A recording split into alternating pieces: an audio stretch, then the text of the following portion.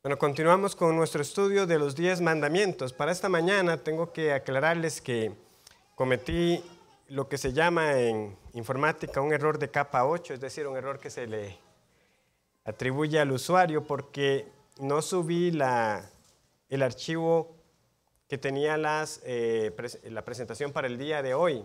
Entonces, los hermanos van a tratar de subirle el tamaño de la letra para el documento de referencia. No es lo mismo, igual sepan que sí existe. Yo lo voy a poner en la versión indicada ahora en la tarde para los que gustan consultarlo ahí, pero al menos algunas citas las pueden ver desde acá, pero si no, igual prestemos atención. Estamos entonces estudiando el tercer mandamiento, y este tercer mandamiento, ¿verdad?, continúa como parte del estudio de los 10 mandamientos a la luz de la ética cristiana. El Señor nos ha dejado a nosotros en su palabra cómo debemos vivir y cómo tomar decisiones. Y estamos entonces considerando ahora mandamiento por mandamiento y viendo todas las implicaciones amplias que estos tienen.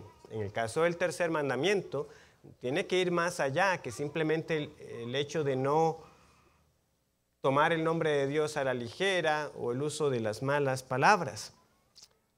Repasando, vimos que, por ejemplo, el Catecismo Mayor de Westminster elabora esta respuesta respecto a los pecados que se prohíben en el tercer mandamiento. Los pecados que se prohíben en el tercer mandamiento son el no usar el nombre de Dios de la manera que se requiere y el abuso de su nombre de manera ignorante, vana, irreverente, profana, supersticiosa, o la mención o el uso malvado de sus títulos, atributos, ordenanzas u obras, mediante la blasfemia o el perjurio, toda clase de maldición, juramentos, votos y suertes pecaminosos, la violación de nuestros juramentos y votos, cuando son lícitos, y el cumplimiento de los mismos cuando son ilícitos, la murmuración o queja contra los decretos de Dios, las curiosas inquisiciones sobre ellos, o la aplicación falsa de los mismos, así como de los actos providenciales de Dios. Voy a mencionarlo más adelante, pero todo ese gran párrafo se puede resumir, bueno, cuando nosotros cuestionamos lo que Dios hace. La incorrecta interpretación, aplicación o algún otro modo de pervertir la palabra o alguna parte de ella, por chanzas, que les dije que esta palabra es de manera burlesca, sin seriedad, ya vamos a ver al respecto. Por chanzas profanas, cuestiones curiosas o inútiles, charlas vanas o el sostener falsas doctrinas, en abusar el nombre de Dios, las criaturas o cualquier otra cosa que está denominada bajo el nombre de Dios, usándolas como si fuesen encantos o con prácticas y concupiscencias pecaminosas, la difamación, el desprecio, la injuria o cualquier forma de oposición a la verdad, gracia y caminos de Dios, en hacer profesión de religión con hipocresía o por fines siniestros, avergonzarse de ella o avergonzarla por medio de una vida deshonrosa, insensata, infructuosa y ofensiva, o en abandonarla. Entonces vemos que hay varios pecados aquí. Ahora, ¿por qué es este el caso? Que se puede dar una lista tan grande de pecados con el hecho de no tomar el nombre de Dios en vano. Hay que repasar aquí lo que vimos con respecto a la palabra tomar. Tomar tiene que ver el hecho de ser portador. No llevarás el nombre de tu Dios en vano. Nosotros, como creyentes, llevamos el nombre de Dios con nosotros, el nombre de Cristo. Podemos verlo precisamente de la manera como usualmente se nos conoce, como cristianos. Aquellos que llevan el nombre de Cristo. Hay todo, ¿verdad?, un asunto que pudiéramos mencionar, cómo surgió el nombre, como Hechos 11 nos narra, ¿verdad?, que se les llamó así a los creyentes por primera vez en Antioquía, y esto fue utilizado de manera despectiva. Pero el punto es que así, al día de hoy, cuando se habla de cristianos, se supone que está hablando de un cierto grupo de personas que profesan su fe únicamente en el Señor. Pero va más allá, es que usted está portando el nombre de Cristo donde quiera que va. Alguien me hizo el comentario que le fue muy útil ese ejemplo que di con respecto a los apellidos, ¿verdad? Que ese apellido va con uno y que como uno actúa, trae deshonra no solamente para uno, sino para la familia. Entonces, lo que hace un cristiano afecta el nombre de los cristianos, pero sobre todo el nombre de ¿quién? El nombre de Dios. el nombre del Dios de estos cristianos, el nombre de ese Señor o del que usted dice que es Señor de su vida y se comporta de esta manera. Entonces, ya teniendo esto en cuenta, veamos por ejemplo cómo el sacrificio a los ídolos tiene que ver con el tercer mandamiento. Vamos a Levítico 18:21.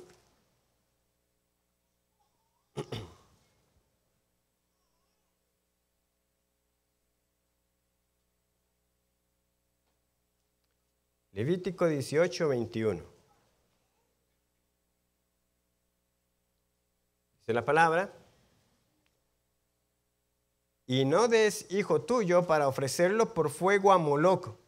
No contamines así el nombre de tu Dios, yo Jehová. Sí, el acto en sí mismo es abominable. Pero ¿qué está diciendo el Señor? Es que quien lo comete está contaminando mi nombre. Sí, quien lo hace está pecando, pero está contaminando el nombre del Señor. Eso no es lo que el Señor ha pedido para la adoración a Él, este tipo de sacrificios y a otros dioses.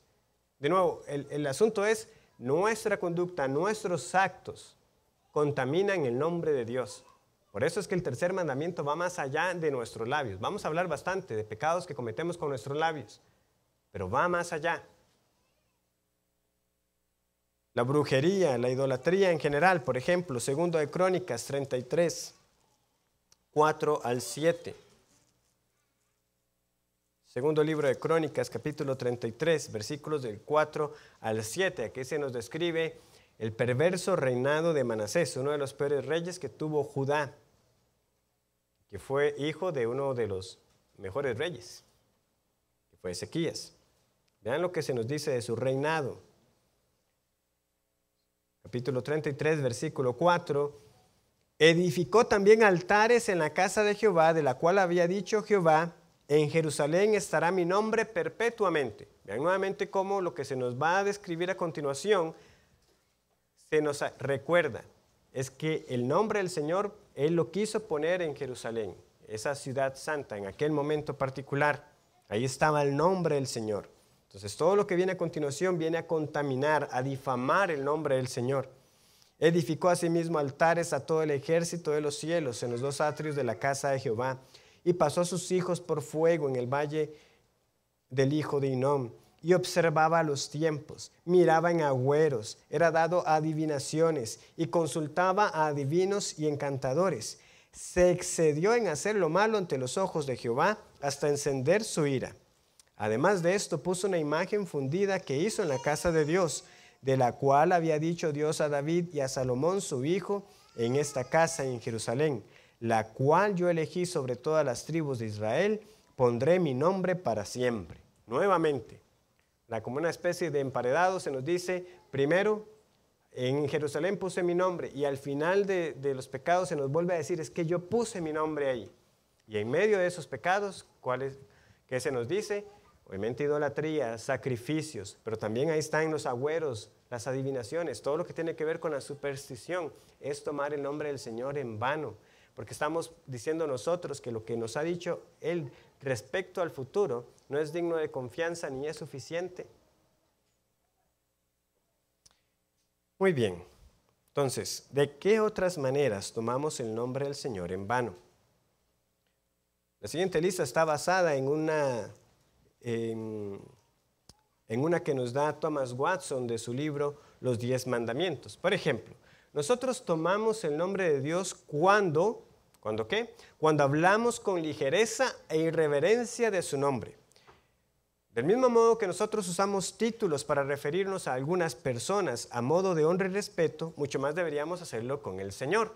Así como algunos, ¿verdad? Aunque no siempre es el caso, ¿verdad? Pero porque a veces hay personas que no les gustan que le digan don o doña, ¿verdad?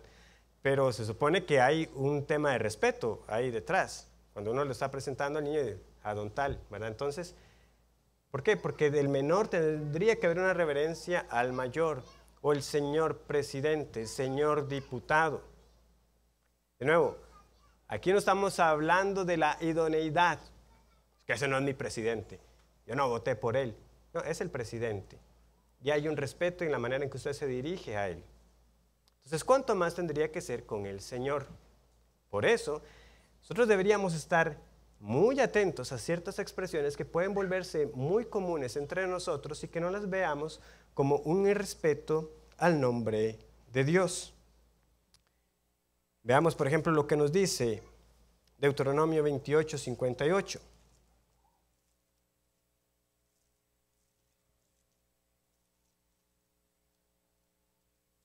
Deuteronomio 28, 58, cuando el Señor está diciendo que todo esto les va a venir si no ponen sus mandamientos por obra, les dice, si no cuidares de poner por obra todas las palabras de esta ley que te están escritas en este libro, temiendo este nombre glorioso y temible, Jehová tu Dios.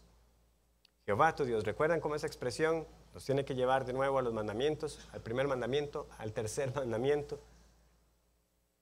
Temerás a este nombre, grande y temible. No hay otro nombre mayor que el nombre de Dios. Entonces, ¿cuánto más y con cuánto más respeto deberíamos utilizarlo? Es lo que se reconoce en muchos salmos. Nos dice el Salmo 83, 18, lo siguiente. Y conozcan que tu nombre es Jehová, tú solo altísimo sobre toda la tierra. Y que conozcan tu nombre, un nombre excelso, majestuoso, sublime, exaltado. Eso es lo que nosotros debemos hacer. Así es como debemos dar a conocer nuestro Dios, que su nombre es sobre todo nombre. Por eso, como les digo, hay que tener cierto cuidado con expresiones que, aunque algunas pueden buscar cierta familiaridad o respeto, no es realmente a veces lo que las personas están dando a entender. O sea, el tatica Dios, por ejemplo. Quizás en algún momento la expresión, de nuevo, no, espero que alguno no lo tome como que estoy hablando pachuco, pero el asunto es eso, o sea, el tata, ¿verdad? O sea, es de papá, sí. Pero es así como la gente lo utiliza hoy. Está bien que la manera en que si yo le digo, si es que usted le dice así a su papá, mi tata, ¿verdad? Lo voy a utilizar con respecto al Señor. Lo usa usted de esa manera afectiva e íntima. O sea, cuando yo le digo a mi papá, mi tata, es porque lo quiero de verdad. Es esa figura que aunque es de autoridad, es realmente cercana a mí y que estimo en gran manera. O el de arriba, ¿verdad? Por no decir el nombre del Señor. Y lo mismo podemos hacer con, disculpen si en algún momento me escuchan toser, ¿verdad? Siento que ya en cualquier momento se viene. Que la gente está pensando, ¿verdad? Donde, sí, quiero hacer parecer de que estoy refiriéndome al Señor, pero sin usar su nombre. Por eso entonces, como les digo, esas son dos así como a modo de ejemplos. Hay muchas más, algunas obviamente ni yo mismo quiero traerlas a modo de colación para decirlas, ustedes las han escuchado. El asunto es, ¿son realmente usos reverentes del nombre del Señor? Debemos recordar, Dios ha dado los nombres con los que Él quiere ser conocido. Él es el que da los nombres, Él es quien se revela. Porque recuerden que quien pone un nombre está dando a entender de que tiene cierta autoridad. Pero yo no tengo autoridad para ponerle un nombre a Dios. Yo uso los nombres que Dios ha dado de sí mismo.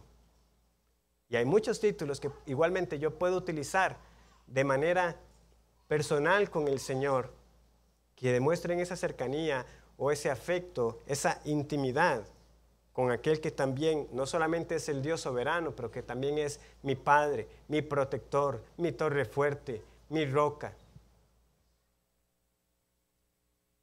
Y que entonces no hay necesidad de utilizar estas variantes. Obviamente aquí podemos incluir todas las ocasiones en que lo nombramos de manera irreflexiva.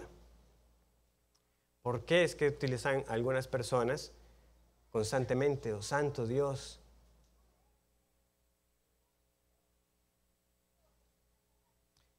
O, oh mi Dios. En inglés también están esas expresiones. ¿De dónde es que las escuchan? En todo eso hay que ir instruyendo. Y también en eso no solamente las que utilizan el nombre de Dios, también las que buscan ser como sustitutos, ¿verdad? Particularmente me hizo, o me llamó la atención, es algo que obviamente tendré que luego trabajar con uno de mis hijos, ¿verdad? Pero que está recién empezando, una cosita así pequeñita, pero entonces ya le están enseñando algunas palabras en inglés y resulta que, oh my goodness, ¿verdad? ¿Qué es lo que estás queriendo dar a entender cuando usas esa expresión? Lo mismo, como les digo, alguien dirá, no, es que yo no estoy usando el nombre de Dios, santo cielo. Pero ustedes ven que los hermanos que redactaron esta respuesta tenían bien claro la respuesta de Jesús en la enseñanza del Sermón del Monte, de que nosotros no podemos jurar ni por el cielo ni por la tierra. Es que nosotros fácilmente podemos utilizar ciertas frases para pensar, bueno, es que así no estoy tomando el nombre de Dios en vano. Santísima. No dije el nombre de Dios. Esa es la manera en que estamos pensando. Como les digo, son maneras irreflexivas. O sea, no estamos nosotros considerando cuando las pronunciamos. Mera costumbre. Hay algo mal, por ejemplo, que si usted es de los que le va a decir a su hijo cuando va a salir de la casa que Dios te acompañe. Mera costumbre o realmente es yo estoy, cuando la estoy diciendo, ¿verdad? Es con esa intención de que particularmente entienda, ¿verdad? De que yo deseo esa presencia de Dios en su vida para bien, aunque Dios está en todas partes. O sea, ¿por qué las decimos? Por supuesto, como les dije, como va más allá de nuestros labios, también tiene que ver con aquellos que profesan el nombre de Dios, pero que no viven conforme a ello. Entonces, ¿cuándo tomamos el nombre del Señor en vano? ¿Cuándo lo llevamos en vano? Cuando decimos que somos algo, pero no vivimos conforme a ello. Vean Tito 1:16.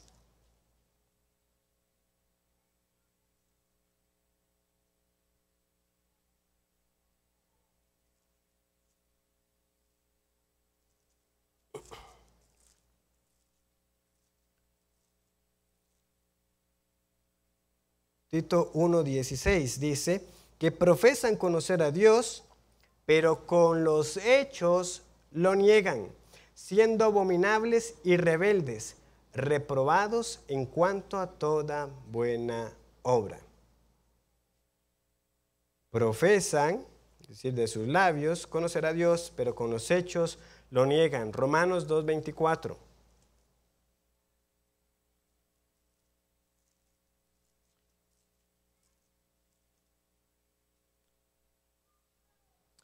Porque como está escrito, el nombre de Dios es blasfemado entre los gentiles por causa de vosotros.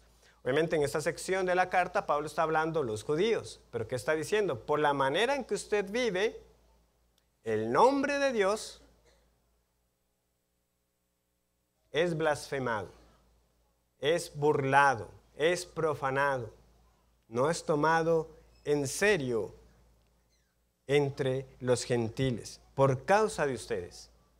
Entonces, eso es portar el nombre de Dios en vano. Lo mismo cuando lo adoramos con nuestros labios, pero no en nuestros corazones.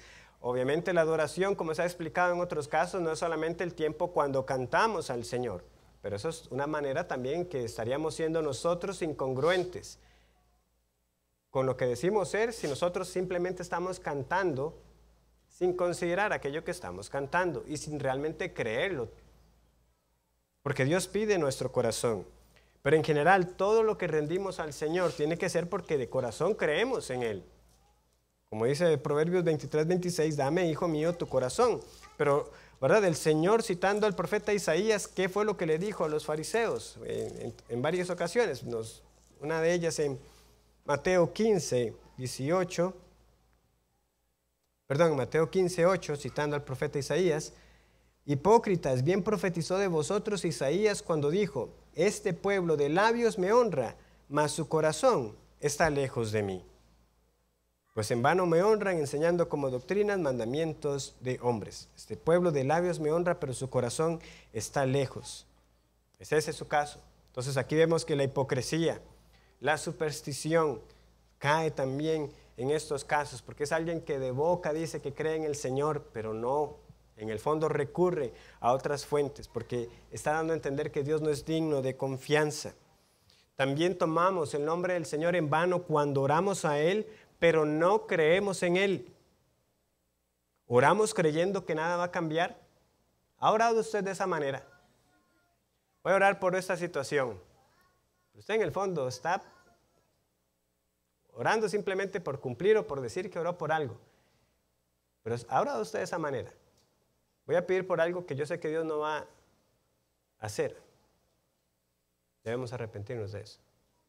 Porque básicamente se está diciendo que Dios es como los ídolos que tienen oídos, pero no oyen. Que tienen brazos, pero nada pueden hacer a favor suyo. Hermano, nuestro Dios no es Baal. Elías pudo hacer esa burla en ese contexto para aquellos que sí. Griten más fuerte, ¿verdad? Quizás viene de camino, hay que despertarlo. Ese es Baal, pero ese no es nuestro Dios. Nuestro Dios oye en los cielos. Ahora, que no conceda una petición es diferente. El asunto es orar por algo, pero de entrada usted diciendo, yo no creo que lo vaya a cumplir. ¿Se complace el Señor en tales oraciones? Vean qué interesante lo que dice Juan en su primera carta de Juan, capítulo 5, versículo 10. No es exclusivo de la oración, pero lo podemos aplicar a esto que estamos diciendo.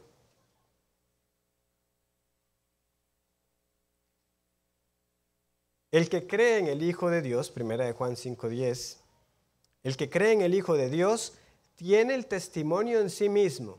El que no cree a Dios le ha hecho mentiroso. No creer en Dios es hacer a Dios mentiroso porque no ha creído en el testimonio que Dios ha dado acerca de su Hijo. No creerle a Dios es hacer a Dios mentiroso. De nuevo, le estaríamos atribuyendo algo impropio al carácter de Dios, es portar su nombre en vano.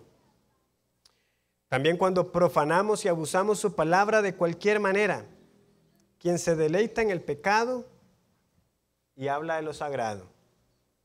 ¿Quiénes son esas personas? Hay varios ejemplos que podemos ver.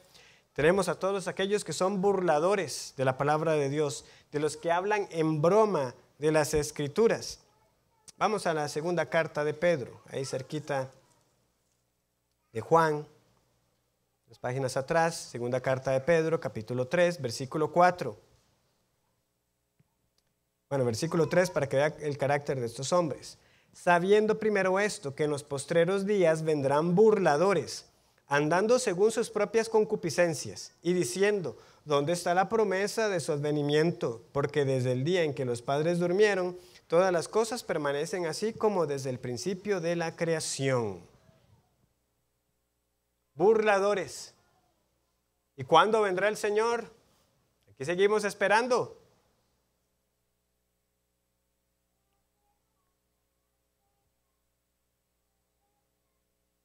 Todos conocemos, ¿verdad? Personas que parecen ir un paso más allá, porque hay quienes abiertamente dicen que no son creyentes, pero dicen, guardo todavía cierto respeto.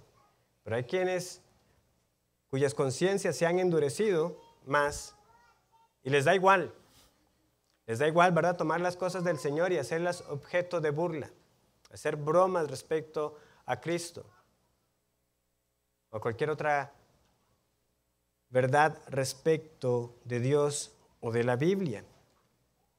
Proverbios 19:29.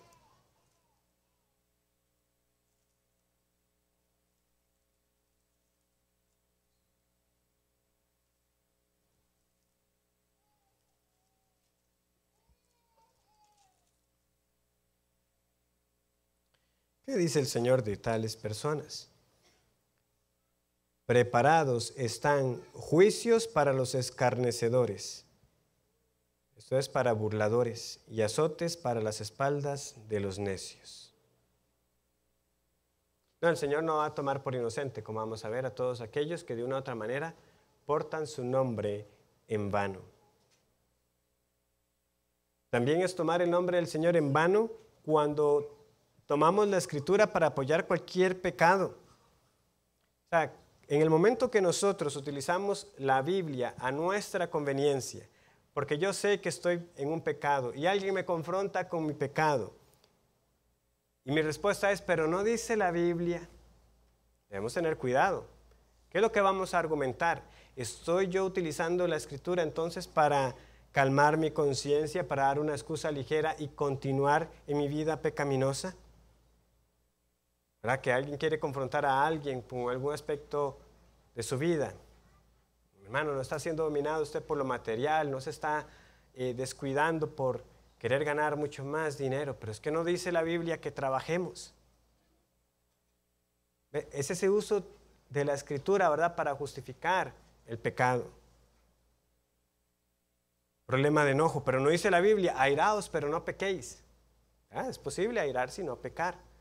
¿Estás queriendo evitar la confrontación de que en efecto esa ira con la que quieres ser confrontado es pecaminosa? Pero no dice la Biblia. Tengamos cuidado cuando utilizamos ese tipo de razonamiento, cuando en el fondo sabemos que no es fruto de una convicción, sino una excusa. Porque sí, si la Biblia dice algo, yo me voy a sostener. Si me quieren acusar de un pecado que no se me convence por la Escritura de que es un pecado, yo lo voy a sostener. No, la Biblia dice esto. Y el Señor ha dicho esto. Y no creo que sea pecado. Mantenerse firme en las convicciones. Pero como les digo, es eso cuando en el fondo usted sabe que está tomando las Escrituras a conveniencia. Simplemente para justificar el pecado. También los que corrompen y tuercen la palabra. Aquí todas las herejías, ¿verdad?, caen en este rubro, porque es alguien que abiertamente, intencionalmente está queriendo utilizar las Escrituras para manipularlas, para ir en contra de esas doctrinas fundamentales, contra la Trinidad, contra la segunda venida de Cristo, contra la resurrección. Eso fue lo que Cristo le dijo, ¿verdad?, a los saduceos. Ustedes yerran, o sea, ustedes están errando por mucho, ignorando que Dios es un Dios de vivos y no un Dios de muertos. Y Cristo así se lo sostuvo. Eso no es lo que ha dicho Dios. Y de nuevo, vean cómo entonces ir en contra de una doctrina fundamental es ir en contra del carácter de Dios. No, Dios es un Dios de vivos.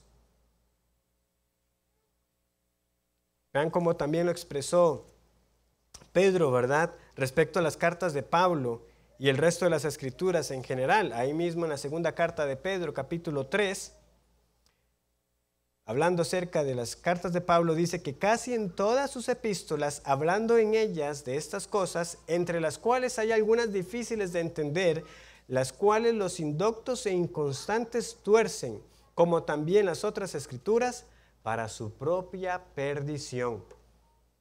Como les digo, esto no es un error de interpretación de unos pasajes. Uno puede equivocarse al presentar un pasaje. Por eso es el temor de los pastores cuando venimos a proclamar la palabra delante de ustedes. Nosotros no queremos presentarles intencionalmente lo que no es verdad. Pero podemos errar en interpretar un pasaje. Alguien puede venir y decirme, pastor, pero vieras que yo leyendo o escuché otro pastor que predicando sobre este mismo pasaje. Pues sí, puede ser, hermano. O yo estaba al tanto, pero al final estudié y llegué a la convicción de que esa era la interpretación. Pero puedo estar equivocado. Pero no estoy intencionalmente presentándoles a ustedes una mentira, torciendo las Escrituras para que vean lo serio que es para su propia perdición. Es serio tomar la palabra de Dios en vano, corromperla y torcerla intencionalmente. Por supuesto, tomamos el nombre del Señor en vano cuando juramos por su nombre. Cristo prohibió tales juramentos, esos juramentos vanos, y como vimos, ¿verdad?, lo expresó en términos tajantes en el Sermón del Monte, Mateo 5:34 y los versículos siguientes. No juren por nada, ni por el cielo, ni por la tierra, ni por el templo, ni por lo que está en el templo, ni aun por un cabello de sus cabezas. ¿Prohibió Cristo absolutamente todos los juramentos? No. Ante jueces y en otras circunstancias hay momentos apropiados para jurar. Cuando usted se casa, usted está haciendo un juramento delante de Dios. ¿Es así? Usted no puede zafarse de eso. Delante del Señor se está diciendo hasta que la muerte nos separe. Eso es un juramento. La membresía es un juramento delante de Dios y de estos testigos, decimos nosotros. Usted va a caminar con nosotros. Si por alguna razón tiene que salir, lo vamos a hacer en orden. ¿Por qué? Porque hay un compromiso. Se entra voluntariamente y se puede salir en un cierto sentido voluntariamente, pero de acuerdo a lo que se juramentó, de acuerdo a lo que usted se comprometió. Pero no se puede renunciar a eso así, porque sí, porque usted de sus labios y delante de estos testigos dijo amén a las preguntas que fueron hechas. Y nosotros también dijimos amén a nuestro compromiso de cuidarle a usted que fue recibido. Como hoy también por la gracia del Señor tendremos la oportunidad de que 2 hermanos más sean unidos a la membresía. Entonces el punto no es que sea ilícito hacerlo ante un juez o en otros escenarios, el pacto matrimonial, el de membresía, pero sí el Señor está condenando ¿qué cosas? Bueno, primero aquellos que recurren a los juramentos de manera frecuente debido a que nuestra palabra ha perdido credibilidad. Si usted se halla constantemente teniendo que añadir a sus sí, a su no, eso es una señal preocupante. Ya, esta vez sí, y las veces anteriores también tenía que ser sí. Pero eso es un síntoma, es algo que nosotros debemos reconocer como pecado, hermanos.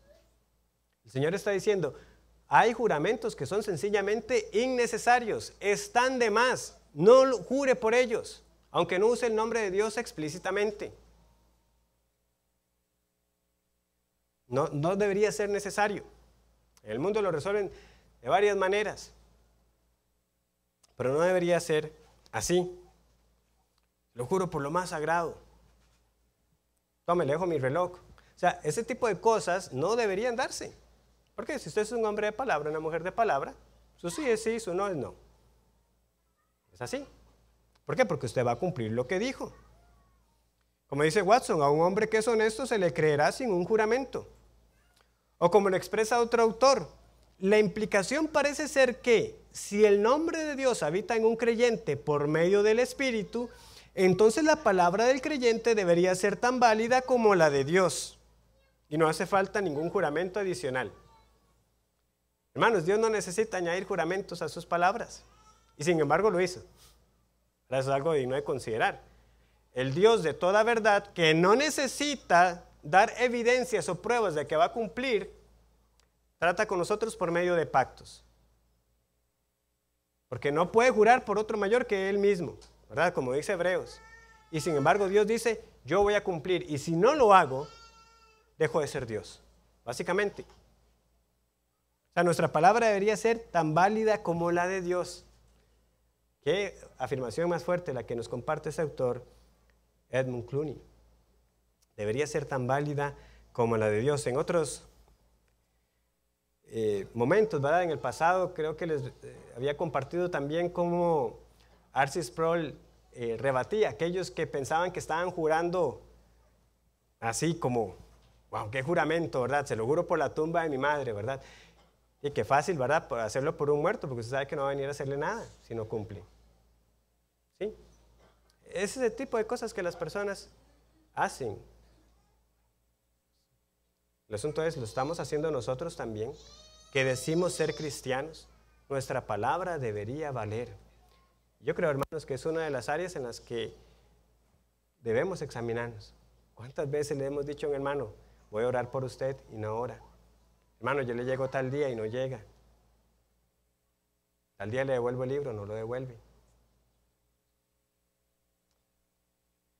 Sí, nuestra palabra entonces va perdiendo ese valor.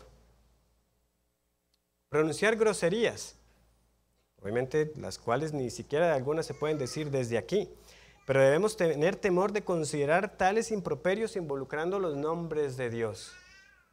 Esto es muy común en el cine, muchas series de televisión. Por alguna razón, hay veces que uno nota que todavía traductores en español tienen hasta cierto temor porque no traducen toda la fuerza de las palabras que se usan en inglés. Para nosotros ver el grado de improperios que se pronuncian, ¿verdad? Ya sea en el nombre de Dios o de cualquiera de las personas de la Trinidad.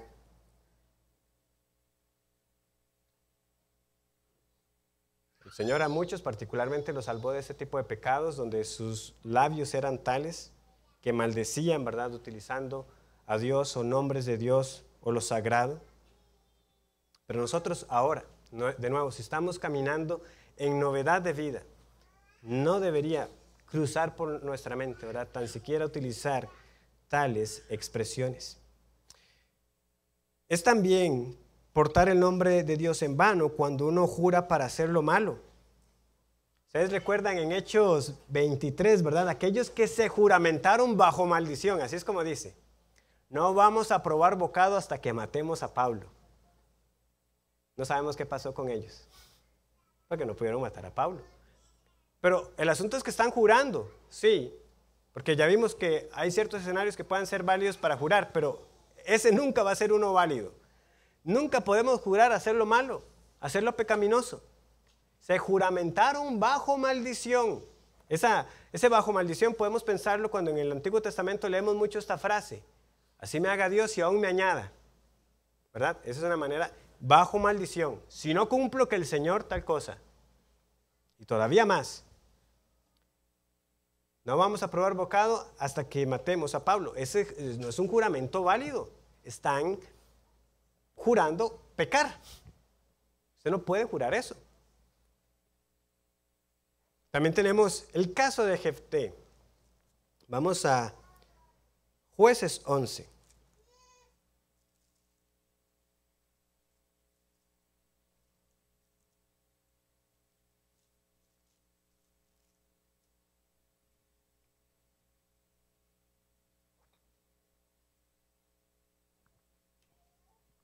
Vamos a mantenerlo sencillo.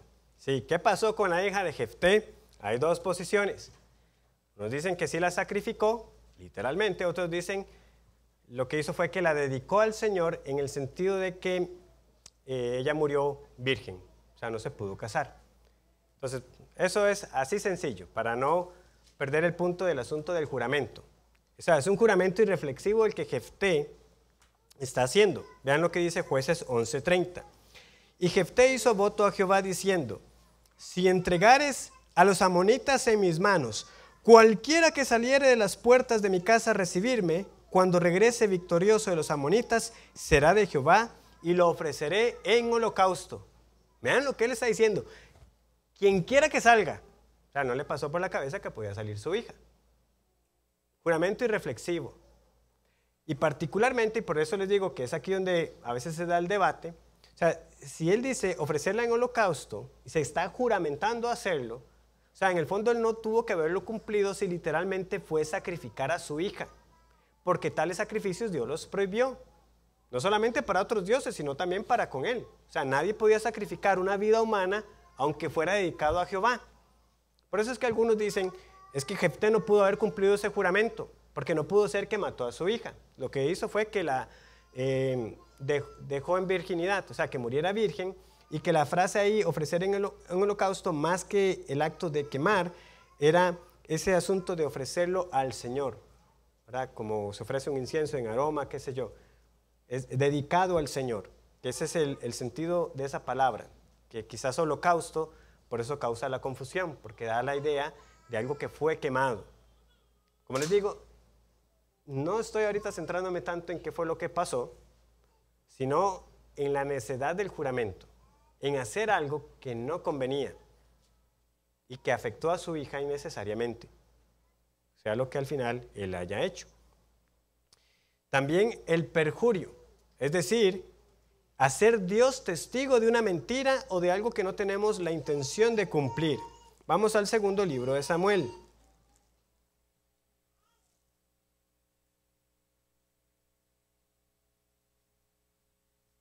Segundo de Samuel 15, tenemos la rebelión de Absalón.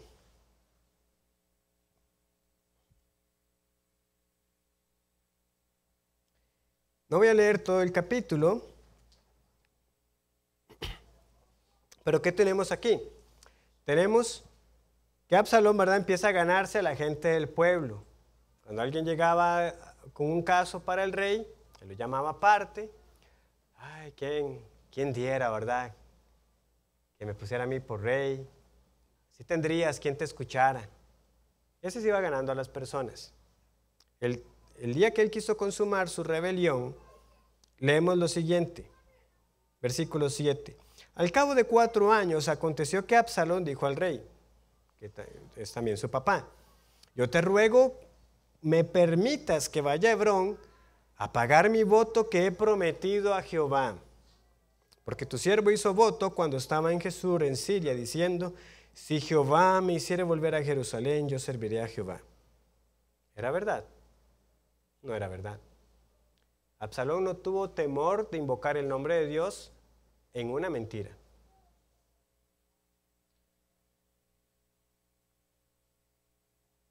Entonces eso es el perjurio. Que usted tenga la temeridad de usar el nombre del Señor. Y como ya vimos, aun si usted neciamente intenta otra fórmula sin involucrar el nombre del Señor, al final está jurando por el Señor porque de Él son los cielos y la tierra, por algo que usted sabe que es mentira. Estoy jurando por una mentira, perjurio.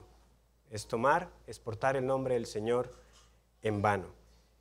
Y finalmente, para terminar por lo menos con la lista de pecados que tenemos acá, cuando hablamos mal de Dios, Números 21:5, Números 21:5 nos dice lo siguiente.